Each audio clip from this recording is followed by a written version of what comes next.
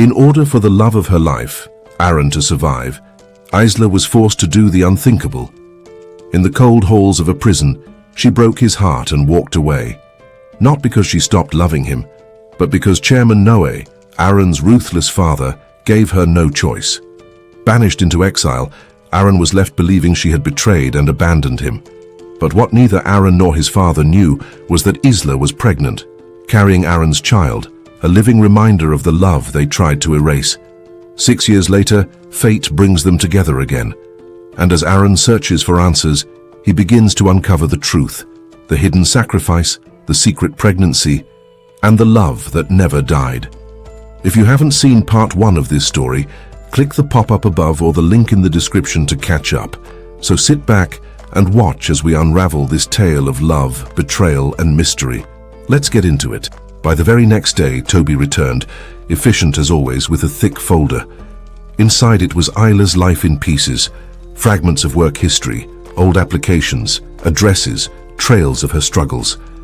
Aran's hands clenched into fists as Toby read aloud. For the past few years, Isla had drifted from one job to another, scraping by, fighting to make ends meet. She had even applied repeatedly to accounting firms, always rejected. Why? Aran's mind seethed. Why would she leave me just to suffer this way? Then Toby paused, cleared his throat, his eyes flickered with hesitation. There's something else, he said carefully. Aran's gaze lifted sharply. Say it. She has a daughter. The words struck like a hammer to the chest. Aran froze. His pulse thundered.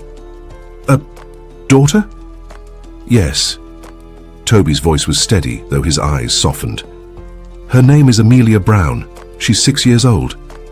The number hit harder than the name. 6 years.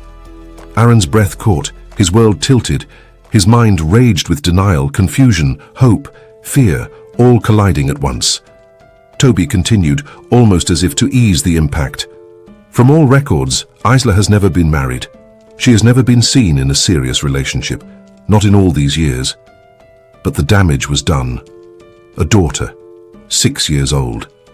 The timeline was mercilessly clear. Aran Noe had a child he had never known, and Isla had kept her hidden.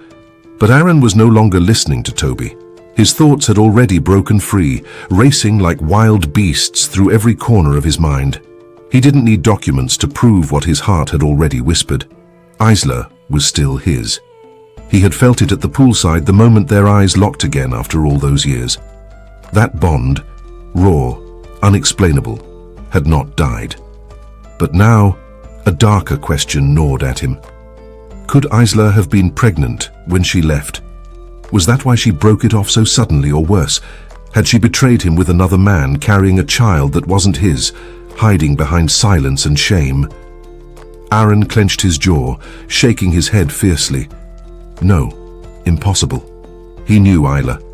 He had known her since before power, before wealth, before the world expected him to be untouchable. And if there was one thing Isla Brown valued above all else, it was loyalty, commitment. She had breathed it, lived it. Still, the doubts clawed at him, and there was only one way to end them.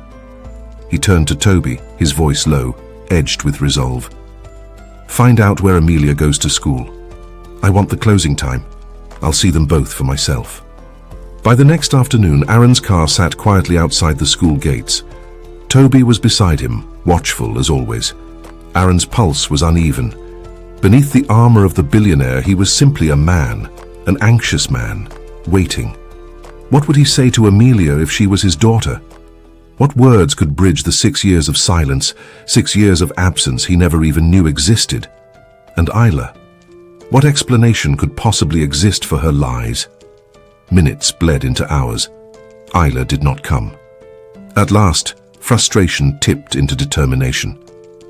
Aran stepped out, ignoring the wary stares that followed. When the school staff recognized him, their surprise was immediate. Whispers rippled like wildfire through the corridors. The famous Aran Noe was here, and yet of all things, he was asking about Amelia Brown, a child whose school fees were behind. The contrast stung him deeper than he expected. A billionaire, standing in front of teachers explaining that Isla sometimes worked late shifts and couldn't always collect her daughter on time, that Amelia waited alone, that bills went unpaid. Each word struck like a dagger. Aran's chest burned with a mix of fury and anguish. Why, Isla? Why leave me only to drag yourself and our child through suffering? He steadied his voice, though the edge was unmistakable. I want to see her. The teachers hesitated only for a moment. Aran Noe was not a man one denied, and perhaps some quiet sympathy moved them too. And so, with a silent nod, they agreed. The door opened.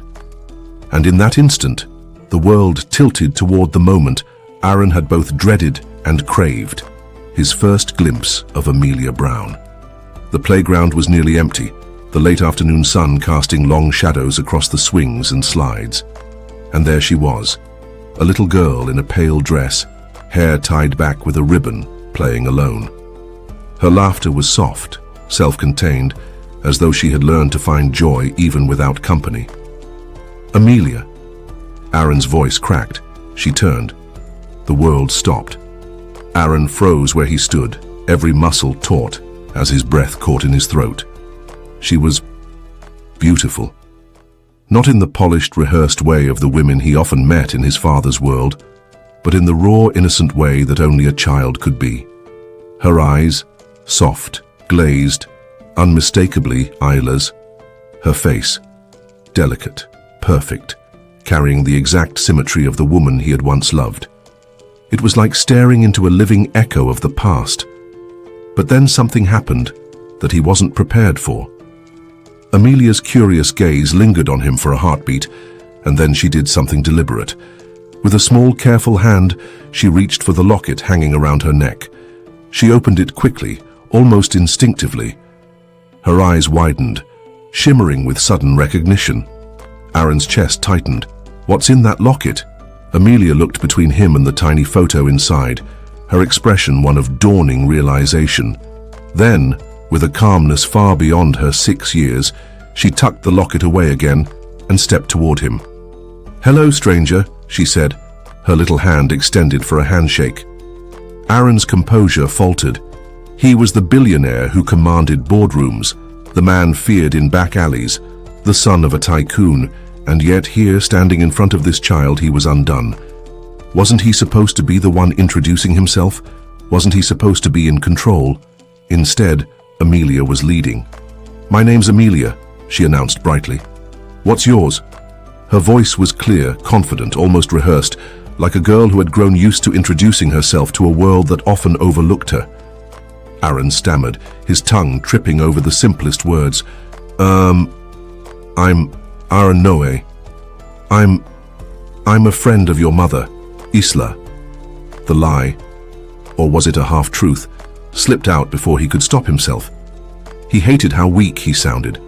This wasn't how he imagined the moment.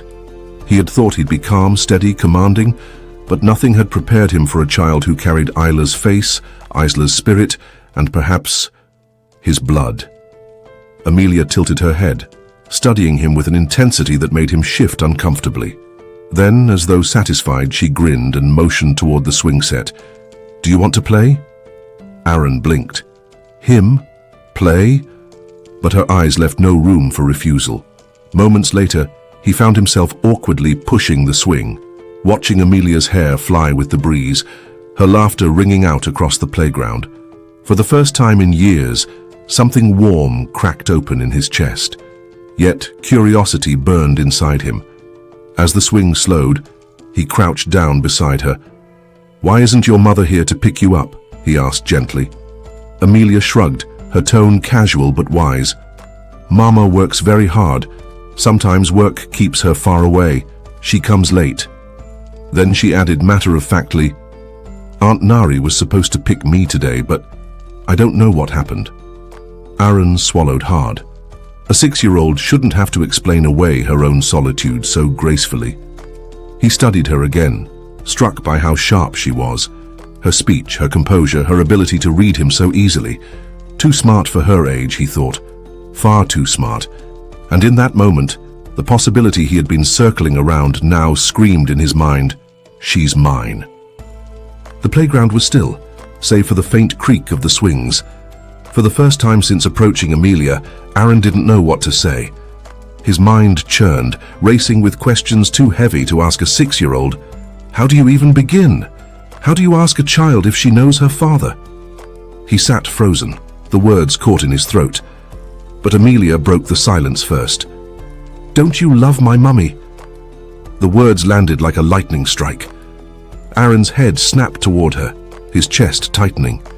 He stared into her wide, innocent eyes, yet the question felt sharp, deliberate, as if it had been waiting to be asked. For a moment, he was stunned into silence. Did she know him somehow? Had Isla told her about him? His heart raced as panic threatened to give him away. Quickly, he forced a smile, trying to mask the storm inside. What do you mean? He asked softly, voice betraying just the faintest tremor. Amelia didn't hesitate. She reached for her locket again. With practiced hands, she flipped it open and turned it toward him. Aran's entire world tilted. Inside was his face, his own picture. This is my daddy, Amelia said simply. Mummy told me. The ground might as well have been ripped from under him. His heart thundered in his ears, blood roaring, words failing. All the walls he had built over 6 long years collapsed in an instant. He was floored, speechless, flabbergasted. And then, Amelia! The voice tore through the moment like a blade. Aran whipped his head around. There she was, Isla, standing frozen at the edge of the playground, eyes wide, face pale, as though the sight before her had just ripped open every fear she had buried for 6 years. Their eyes locked, and in that split second, Aran understood everything. The secret, the silence, the years he had lost. His voice cracked, raw and disbelieving. I'm her father. Isla's lips trembled. Her body swayed, torn between denial and surrender. But she couldn't run anymore. Not after Amelia's words. Not after the locket. Slowly, painfully, she nodded. It broke him. Aran staggered back a step, his chest heaving. His throat burned as his vision blurred with the sting of tears he hadn't shed in years. The strongest man in every room, undone by the truth of a little girl. You... His voice was jagged, torn apart by grief. You kept this from me. You stole 6 years. 6 years of my daughter's life from me. His words cracked as he choked them out. Do you know what you've done to me, Isla? You robbed me of the joy of being a father. You... His voice failed him. Isla's face crumpled, her strength shattering. She couldn't hold it anymore. The weight of her choices, the burden she had carried in silence. Amelia, she whispered hoarsely, forcing composure. Go play for a while. The little girl hesitated, sensing the storm in her mother's voice, then quietly drifted back toward the swing, leaving the 2 adults standing in their ruin. And Isla broke.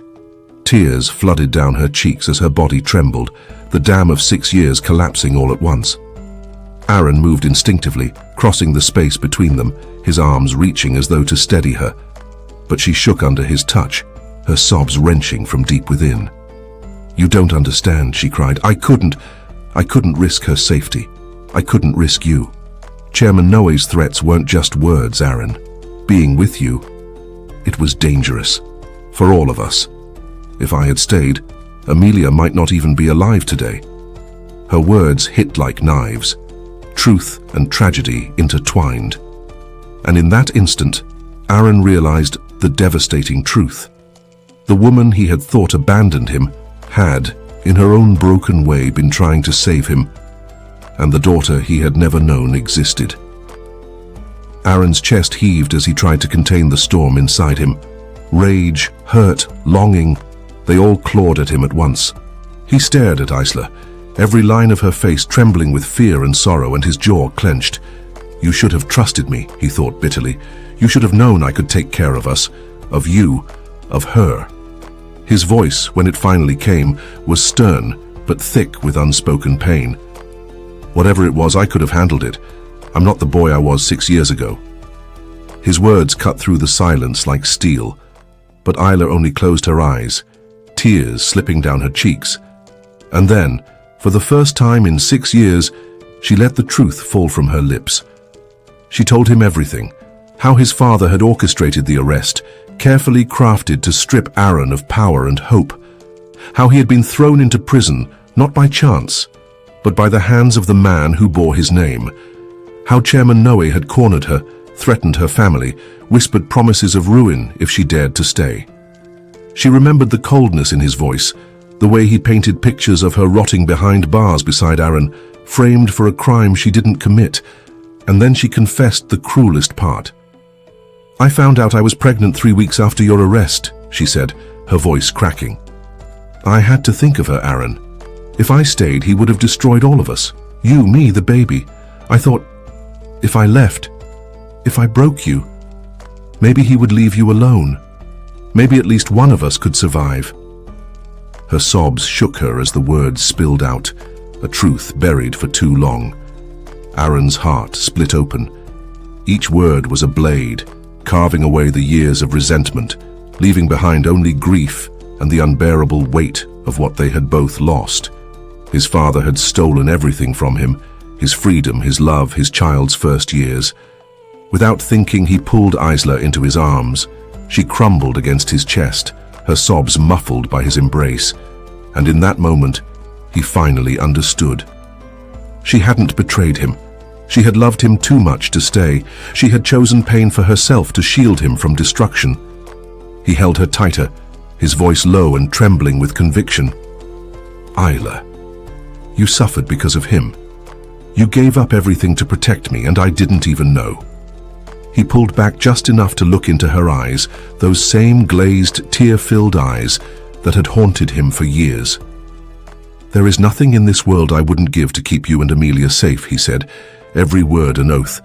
"I had no idea what my father did to you, but I'm not that boy anymore. I'm not his pawn.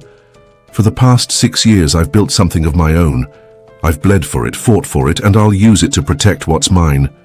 His hand brushed against her cheek, his voice steady now, iron forged in fire. "I'm not a daddy's boy anymore. I'm my own man. And no one, not even him, will ever hurt you or our daughter again." Aran's voice deepened with conviction, carrying the weight of years lost, but not wasted. "I don't need the Noe fortune anymore," he said, his eyes never leaving hers. "Everything my father ever held over me, I've already built on my own. I have my empire, Isla. Not for him, not for his approval. For you, for Amelia, for us." His chest rose and fell as silence stretched between them, heavy with all the things left unsaid. His throat tightened, and he cleared it softly, hesitant, but hopeful. "There's only one thing I need to know. Would you still want—" But Isla didn't let him finish. Her hands trembled as they cupped his face, pulling him close. And then after 6 years of distance, pain and longing, her lips met his. It wasn't a gentle kiss. It was raw, desperate, burning with the fire of everything they had been forced to bury. It was 6 years of silence, breaking in a single heartbeat. A promise renewed, a love reclaimed. Behind them, the world seemed to pause. 2 teachers who had quietly lingered nearby pressed trembling hands over their mouths, unable to hold back tears. They had only heard fragments of the story, whispers of betrayal, sacrifice, and a love that refused to die. Yet now, as they witnessed the reunion unfold before their eyes, those fragments felt whole. Silent tears slipped down their cheeks, a quiet testimony that even love scarred and broken could still endure. But in the shadows, danger lingered.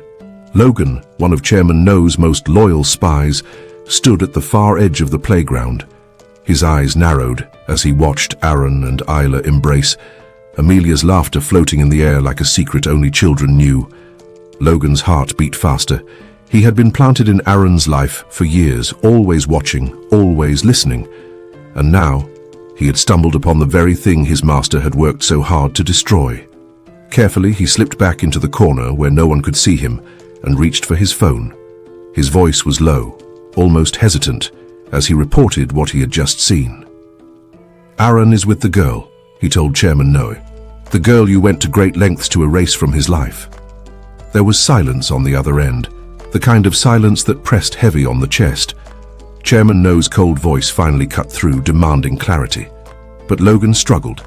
He couldn't capture Isla's face with words. He needed proof. So, with a quick glance over his shoulder, he returned to the corner and raised his phone. One click. The moment was frozen in time. Aran's arms wrapped around Isla, Amelia running freely near them, laughter spilling like sunlight. A perfect family. The kind of happiness Chairman Noe had sworn would never exist. The photo was sent. When Noe opened it, his hand trembled ever so slightly. The name escaped his lips in disbelief. Isla. 6 years. 6 long years since he had torn them apart, convinced that time and distance would kill their love. Yet here they were, still bound together as if not a single day had passed. Rage ignited inside him, burning hotter than ever. His empire was built on control, and now the one man he molded, the heir to his legacy, was defying him in the most dangerous way. Logan's voice cut through the storm. His words were soft, but they carried a weight that shattered the chairman's composure. It seems she already has a daughter for Aran. The line went silent. Then came a roar. A daughter, Chairman Noe's voice thundered. An illegitimate child to the Noe Empire? The thought was unbearable. An outsider, a stain on the family name. His fury boiled over as he slammed the phone down, then snatched it back up with shaking hands. He dialed Aran immediately, his tone clipped, commanding. Come to my office. Now. But he gave no reason. Not yet. Aran looked at the screen, the name of the man who had controlled his life flashing before his eyes. For years, every summons meant chains, every demand meant sacrifice. But this time was different. This time, his heart had already chosen. He slid the phone away, unshaken. Whatever Chairman Noe wanted could wait, because for Aran nothing mattered more than Isla and Amelia. 6 years had been stolen from him, 6 years he could never reclaim. And now that he had them back, he wasn't about to lose another second. Aran drove them straight to his mansion, a sprawling palace of glass and stone that stood as a monument to wealth and privilege. Yet as Isla stepped inside, her eyes caught on the glittering chandeliers and the polished marble floors, and a sharp ache struck him. For years he had lived in excess, in luxury beyond measure, and all that time, the woman he loved and the daughter he never knew had lived in the shadows, scraping by, fighting for survival without him. The thought tore at him. He could no longer allow that imbalance, no longer accept that the people who mattered most to him were forced into struggle while he drowned in abundance. He would change that. He would Toby, he ordered quietly, his voice steady. Bring only the essentials from Isla and Amelia's apartment. As his loyal aide hurried out, Aran watched Amelia exploring the wide halls of the mansion with awe, Isla close behind her, cautious yet quietly relieved. It was then that he made himself a silent vow. Nothing, no threat, no empire, no father would keep him from them again. 6 years had been stolen, but he still had time to fight, and he would fight with everything he had. Isla had endured for him. Now it was his turn to endure for her. When everything was in place and Isla and Amelia finally settled into the mansion's safety, Aran turned to face what he had been dreading, his father's summons. The moment he entered Chairman Noe's office, the air was heavy with accusation. The man's sharp eyes pierced through him, voice rising with venom. What is this I hear? That you've gone back to that lowlife, the woman who dragged you into prison? But Aran was done bowing. His years of silent obedience were gone. He stood tall, his voice calm, yet filled with an anger that had long been caged. He told his father the truth he had carried like a wound, that 6 years ago Isla hadn't left him out of betrayal but out of fear. Fear born of threats, fear born of Noe's manipulation, that it was Chairman Noe himself who had torn them apart. You cost me 6 years of my daughter's life, Aran said, his words sharp as steel. For a moment, silence hung between them. Chairman Noe froze, his expression flickering as the truth settled in. So it was real. The whispers he feared were true. His son had chosen Isla, the woman he despised, and together they had a child. It struck him harder when he realized the depth of Aran's devotion. 6 years, and not once had his son touched another woman. Not once had he opened his heart to the countless faces paraded before him. He had waited. All that time he had waited for Isla. Every scheme Noe had devised, every chain he tried to bind his son with, had failed. And yet, instead of surrendering, the chairman's pride grew more ruthless. His voice dripped with cruelty as he delivered the threat he thought would shatter his son. If you dare choose that woman, that lowlife, and the illegitimate child she bore you, I will strip you of everything. You will lose the right to the Noe fortune. You will no longer be my heir. But Aran's resolve did not falter. For the first time in years, he looked into his father's eyes without fear. If that is the price, he thought, then let it be paid. He no longer cared for the Noe fortune. He was his own man, a billionaire by his own merit, not his father's shadow. And if losing everything meant keeping Isla and Amelia in his life, then he would embrace that loss with pride. Aran's voice cut like a blade through the heavy air. He told his father with steady defiance that he no longer cared. Disown him, strip him, curse him if he wished. None of it mattered. What mattered was Isla, the woman he loved, the mother of his child. Amelia, his daughter, his family, and no empire, no fortune, and no threat would ever stand between them again. With that, Aran stormed out, his footsteps echoing down the cold marble hall like thunder rolling away. Chairman Noe sat frozen, stunned by the words he had just heard. For years he had commanded obedience, shaping Aran's life like a puppet master pulling strings. Yet in that moment, as the silence of the office pressed in around him, a realization took root. Perhaps his son had long outgrown his commands. Perhaps he had underestimated him. Aran was no longer the boy who bowed under his shadow. He was a man of his own, strong and unshakable, rich enough to stand without his father's empire. The weight of that truth gnawed at him. As Chairman Noe leaned back in his chair, his thoughts drifted unbidden to Isla, the woman he had worked so hard to erase. Every scheme, every cruel measure he had taken against her, suddenly returned like ghosts whispering in the dark. Had he gone too far? Had his obsession with control poisoned not only her life, but his son's as well? Aran was his only child, his blood, his heir. And he was determined just like him, stubborn, fierce, unyielding. If he pushed him away now, there would be no return.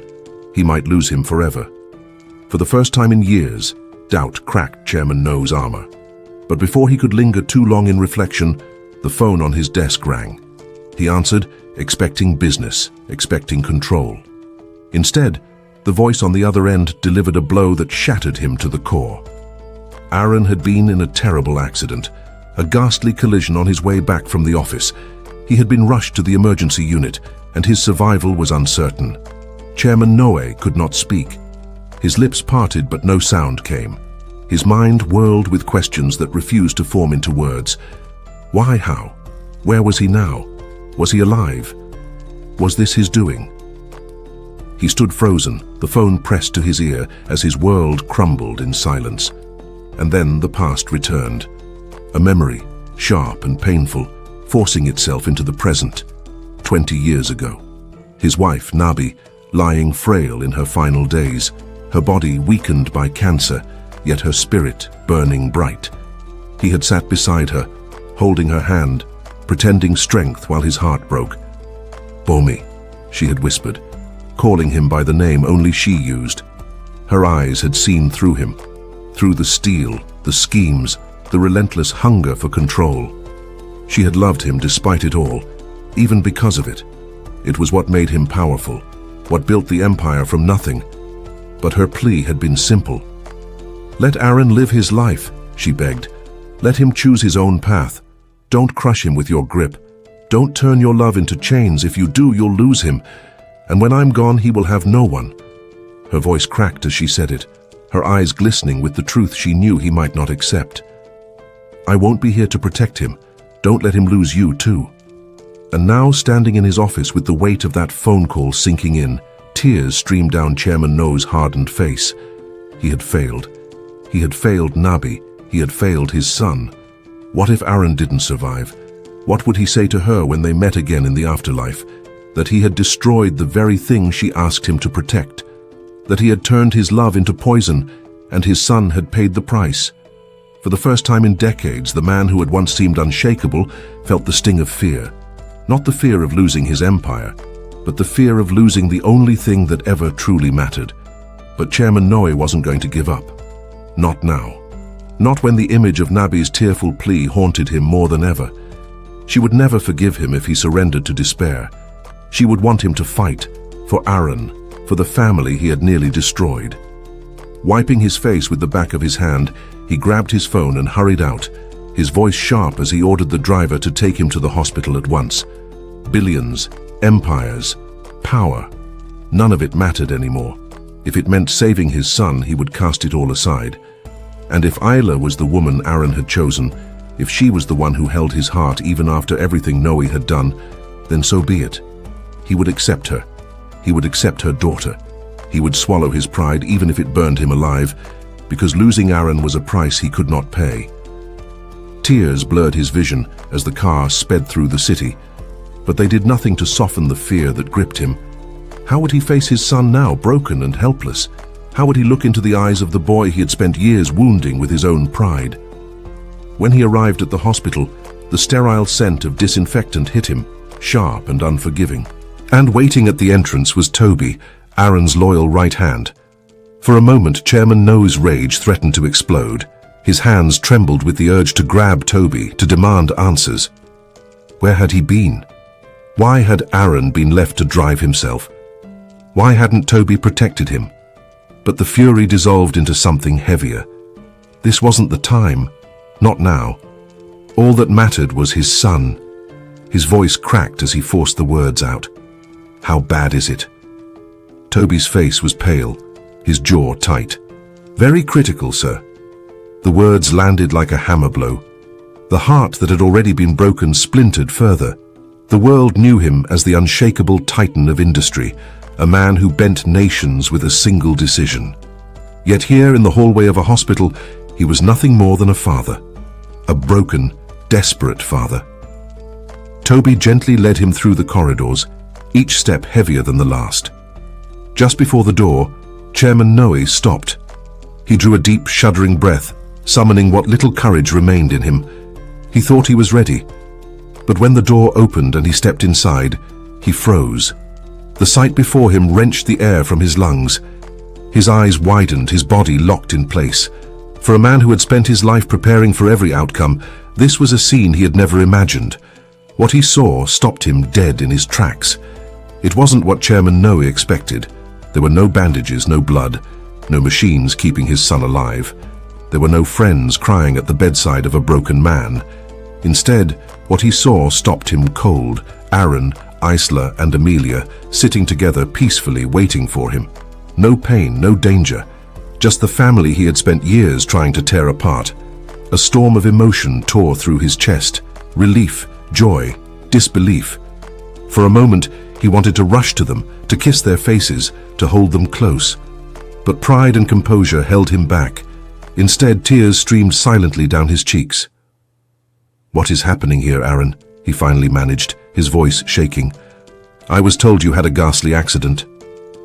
Aran's smile was calm, but his eyes burned with truth. He had always known his father loved him, despite the harshness, despite the cruelty. He knew the thought of losing him would shake the old man to his core. And so he had planned this moment with Toby. "There was no accident," Aran said firmly. "No danger. I made it up to bring you here. So tell me, Father, would you rather imagine me dead than accept the love of my life and the daughter you tried to keep from me?" The question struck deep. In those few hours of torment, Chairman Noe had lived through a nightmare. He had already seen his wife's disappointed face in the afterlife. He had already mourned the son he thought he had lost.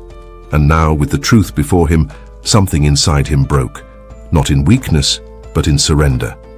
He bowed his head, whispering thanks to God that it had all been a lie. Then, slowly, he walked toward Isla. She looked at him with fear still lingering in her eyes. Tears spilled as he spoke. He apologized for every scheme, every cruel word, every wound he had carved into her life. He admitted he had been blind to the truth of what bound her and Aran. He had not known what real love looked like.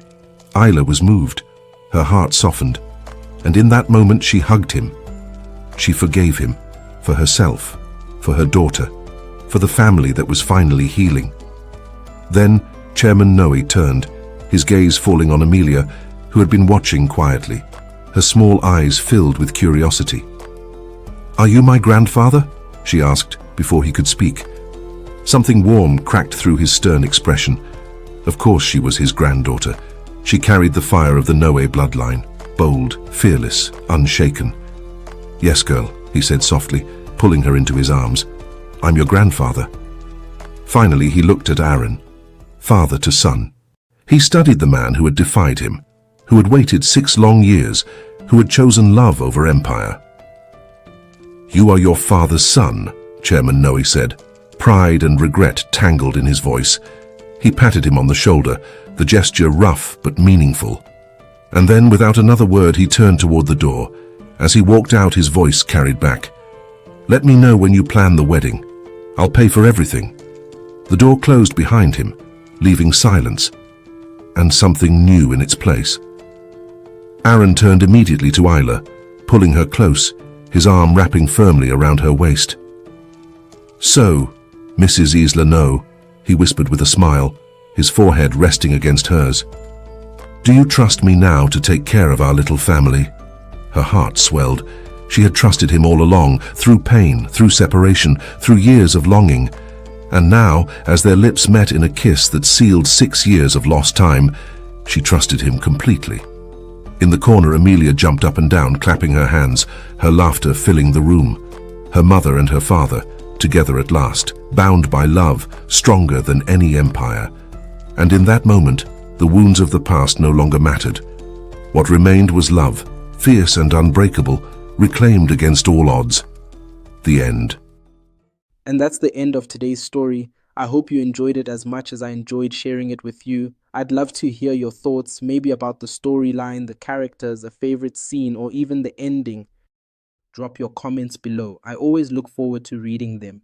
If you'd like to support the channel, please like, share, and subscribe. It really means a lot. I remain Silver, and I'll see you in the next video. Until then, stay well. May God bless you abundantly, and always remember, Silver loves you.